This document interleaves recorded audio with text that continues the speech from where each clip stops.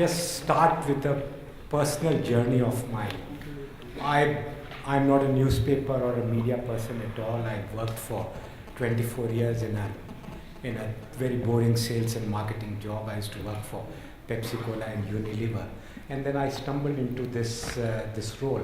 And the very first day I was inducted into the company by my boss, who took me, as I reached office at around 9:30, he was waiting for me and said, "Come Ravi, let's go for a walk."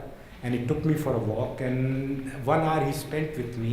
The thing that I remember most, what he told me, is that remember one thing, that the Times of India brand is bigger than all its owners, past and present, its editors, past and present, and publishers, including you, past and present.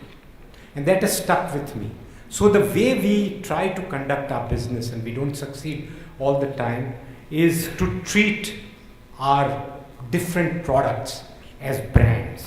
Now that may sound horribly commercial to a lot of you artistic and creative people, but to me it makes process sense.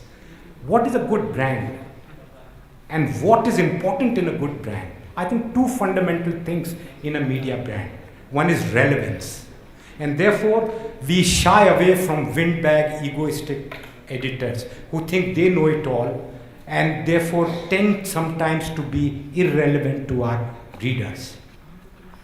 And the second is trust. And Mr. Mehta spoke so eloquently about trust and the problems that we are having now. But if you don't have these two things, if you don't have relevance and you don't have trust, you don't build a big media brand. You don't build a successful, growing media brand. And when I say trust, what do I mean?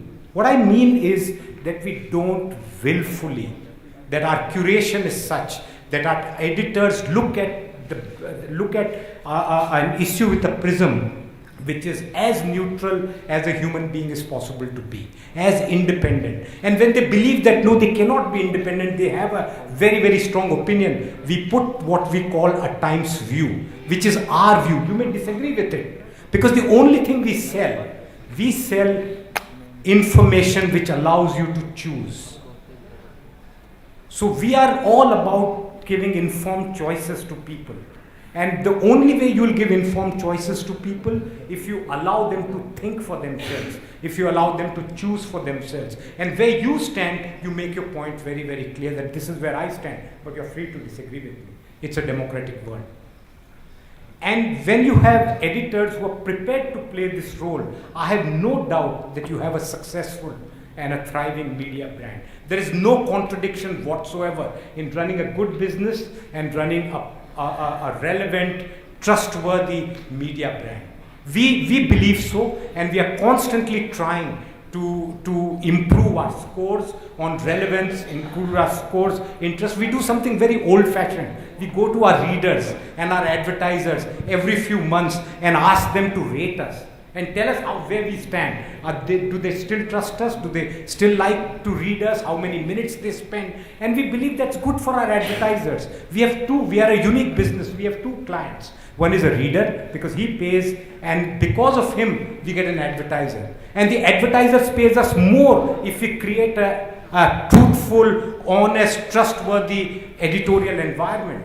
So we have no qualms about charging money for the ads that are displayed in our paper, because we believe that's what will keep us healthy. We'll be able to hire the best people.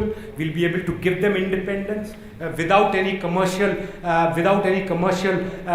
pressures on them, because we are a unique business. We have at least four constituencies. We have the government. We have the government, which is constantly looking at us. We have the corporates, which a lot of times fund us. We have the reader, and now we have these NGOs, the pressure group called NGOs, and we have to manage a very, very careful balance which leads this trust with our readers. And that's what we do. And I don't think we are perfect, but I think that's our journey.